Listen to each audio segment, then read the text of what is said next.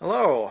Um, Now that the hydraulic pump of the Massey Ferguson 165 has been overhauled, I also change my multi-power pump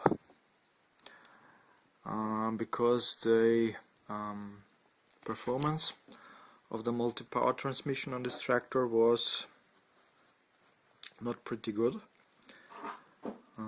and I invested a new pump because the work that I had to split the tractor was so big that I risk a new part, and yes, it was not cheap. It costs almost 290 euros, but the work is worth it. And I already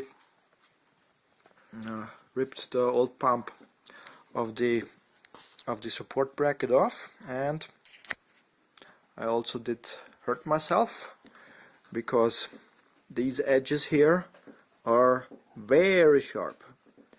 So if you do that, be cautioned that you hurt yourself if you move too fast over these edges. Okay, I will now put the pump on, and I will put also some Loctite glue onto the bolts, but just on this one here, on this, I think it's an Allen bolt. This is the name of this bolt. I had to make myself a tool because this bolt is, I guess, in inches. It's an imperial, and I only got a 6mm key, and I have had to file something of the edges, and it went pretty fine. Yes, with that was the reason why I hurt myself. I was opening this bolt, and then the bolt got loose, and I ripped over this edge, and that's what happened. I hurt myself, but no big deal. I'm able to work. Got 9 other fingers. Okay, I will put that pump on, put the gear onto this shaft, and that's it for the moment.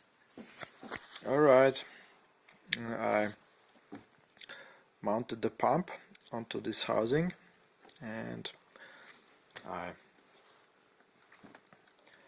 encountered some more problems. After I have laid back the camera, I turned this housing, and I'd forget that's this gear here, this idler gear between the pump gear and the multi-power pump gear. This idler gear has a needle bearing which falls out if the pump is not inside. Yes, the whole needles fall down, and I got them all and put them back together into the gear, and there's a very easy method to reassemble this bearing, because it's pretty hard to assemble this bearing with the needles, because they almost fall out at a certain point because of gravity. So there's a slight trick. You need grease. There we got some old grease, but clean grease. And what you do, you glue the needles into the gear with grease. So no gravity. So the needle bearing itself is assembled in about 1 minute, and you glue the needles inside. Okay,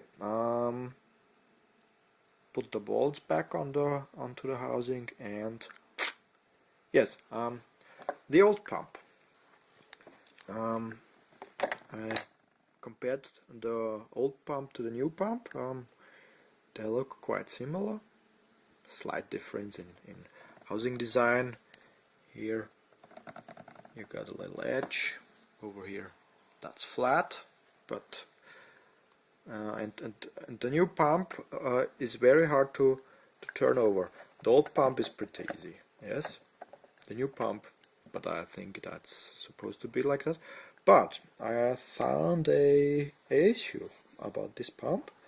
There is a big play. I don't know if you see that, but you can hear it. Tuck, tuck, tuck, tuck. There is a very big play, and also here is play. So I guess this pump is pretty worn out, and it was good that I bought a new one. So that's all for the moment, and next step will be the disassembly of the independent power takeoff clutch, because there I suspect also an issue, because when you look on the splines of this hydraulic pump, you see there has been some massive heat up in this area, and also on the independent power takeoff clutch. Now to unmount the independent power takeoff clutch, it's now no big deal. Just have to remove the hoses and the hydraulic fluid hoses, and then I guess I could pull the complete clutch assembly out of the center housing of the tractor, and then I will disassemble this part and have a inspect inside. Maybe there's also an issue. Okay, anyway, I will keep you updated. Thanks for watching. Comment, rate and subscribe. Goodbye.